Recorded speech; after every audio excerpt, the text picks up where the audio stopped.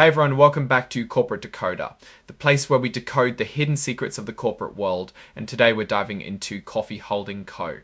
Inkstut's latest report to see just how much caffeine is in their financial results. This document is a quarterly report, meaning we get a snapshot of how the company is doing over a 3-month period, and in this case for the period ending July 31, 2025. Let's start by looking at the balance sheet, which is like a financial snapshot of the company's assets, what it owns, its liabilities, what it owes, and its equity, what's left over for the owners. As of July 31st, 2025, Coffee Holding Co. Inc. had total assets of about $45.8 million. Now compare that to October 31st, 2024, when they had total assets of about $45.8 million. Now compare that to October 31st, 2024, when they had total assets of about $45.8 million. Now compare that to October 31st, 2024, when they had total assets of about $45.28 million. Now compare that to October 31st, 2024, when they had total assets of about $45.8 million. Now compare that to October 31st, 2024, when they had total assets of around $34 million. That's a pretty significant jump, showing the company has grown by acquiring more things. On the other side of the balance sheet, we see their liabilities, accounts payable and accrued expenses jumped from about $5.7 million to over $8 million in just a few months. This could mean they owe more to their suppliers or have more short-term expenses piling up. And speaking of short-term obligations, their total current liabilities, which are debts due within a year, significantly increased from about $6.8 million to over $17 million. A big chunk of that increase comes from a new line of credit they took out for $6.25 million. When we look at stockholders' equity, the picture is a bit more mixed. Total stockholders' equity grew from about $26.1 million to $26.7 million. While this is growth, it's important to remember that this includes retained earnings, which are profits kept by the company, meaning the growth isn't entirely from new investments. Now let's move on to how the company is actually making money by looking at their income statement. For the 3 months ending July 31st, 2025, net sales, that's the money they brought in from selling their coffee and related products, were about $23.9 million. This is a pretty good jump from the $18 million in sales from the same period last year. That's a 27% increase, which is definitely a positive sign. However, the cost to get that revenue, the cost of sales, also went way up. It increased from about $14.8 million to almost $21 million. This means that while they sold more coffee, it cost them a lot more to produce and sell it. This increase in costs ate into their gross profit. Gross profit, which is what's left after you subtract the cost of sales from net sales, dropped significantly. It went from about $3.9 million. More importantly, as a percentage of sales, it fell from nearly 21% to just 12.2%. That's a big drop, meaning for every dollar of coffee they sold, they had less money left over to cover other expenses. And this pressure on gross profit directly impacted their bottom line. For the 3 months ending July 31st, 2025, Coffee Holding Co. Inc. reported a net loss of about $1.2 million. This is a stark contrast to the net income of almost 625 trims of a turn net income of almost 625 GSO. While sales are up, increased costs have turned their profit into a loss for this quarter.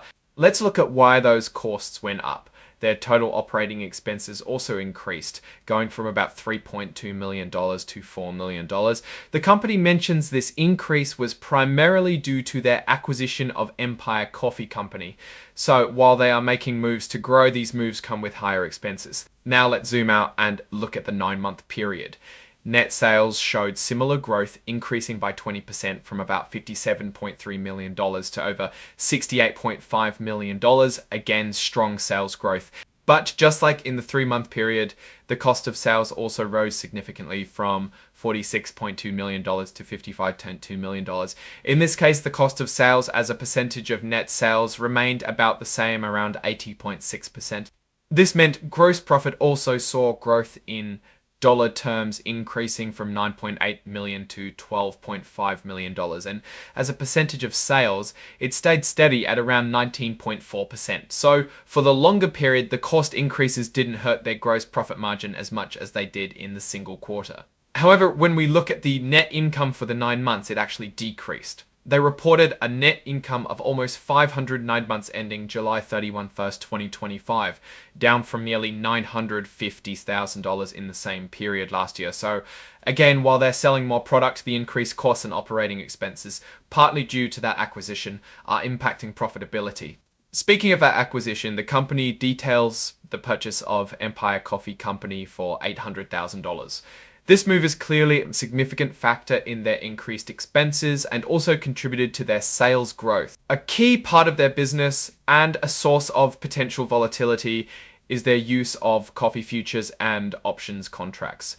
These are essentially financial bets on the future price of coffee. The company uses them to try and hedge or protect themselves from price swings in green coffee beans. The report shows that in the 3 months ending July 31st, 2025, they had unrealized losses on these contracts of about $2 million. This directly impacted their cost of sales and is a major reason why their gross profit took such a hit in that quarter. For the 9-month period, they had unrealized losses of almost $2.5 million, which offsets some of the gains they made on other contracts. Now let's talk about liquidity, which is basically the company's ability to pay its short-term bills. They have a line of credit that was increased to $10 million and currently has a balance of $6.25 million. They state they have enough working capital and access to their credit line to meet their obligations for at least the next 12 months. So they feel confident they can keep operating. Now, one of the most important things to look at in these reports is the internal controls over financial reporting. And in this aspect, Coffee Holding Co. Inc. openly admits to several material weaknesses. This means there are significant problems in their systems that could lead to errors or fraud in their financial reporting. They mention issues with inventory controls, system access, accounting for contracts, physical record keeping, journal entries, account reconciliations, and even a restatement of prior financial statements due to intercompany eliminations. They are working on fixing these issues, hiring consultants and implementing new procedures. But it's crucial to understand that these are serious concerns for investors. It means that even the numbers we're looking at might have inaccuracies because the systems to ensure accuracy aren't fully in place yet. In their management discussion, they explained that their business is heavily influenced by coffee prices and their hedging policy. They acknowledge that while hedging can help, it also means they can incur significant losses if their predictions are wrong, as we saw with those unrealized losses in the commodities market. They also mentioned they are scaling back their use of these hedging strategies due to their volatile nature. Looking back at those net sales, up 27% for the quarter and 20% for the 9 months. That's a positive growth story. The company is clearly selling more coffee, driven by their private label brands and wholesale green coffee. However, the big story here is the impact of rising costs and the loss in the recent quarter. The $1.2 million net loss for the 3 months ending July 31st, 2025 is a significant red flag, especially when compared to the profit from the previous year. The company blames higher costs, including tariffs and those commodity trading losses, partly on the acquisition of Empire Coffee. So what's the takeaway here? Coffee Holding Co. Inc. is a company in growth mode, evidenced by their increasing sales. However, this growth is coming at a cost, both literally in terms of higher expenses and potential commodity trading losses, and figuratively with the revealing of significant weaknesses in their financial reporting controls. The sharp drop in gross profit margin and the resulting net loss for the quarter signal that they are struggling to translate increased sales into improved profitability, at least in the short term. The company's reliance on commodity hedging also presents a double-edged sword, offering protection but also exposing them to substantial risk, as seen in their recent unrealized losses. For investors, the material weaknesses in internal controls are a major concern, suggesting a lack of robust systems to ensure the accuracy and reliability of their financial information, which could lead to unpleasant surprises down the line. While they are confident in their liquidity, the increasing liabilities and the volatile nature of their commodity, trying to navigate a complex market, balancing expansion with cost management and risk mitigation, but they Alright, that's our breakdown of Coffee Holding Co.'s latest filing. What's your take on these numbers and what they signal for the company's future?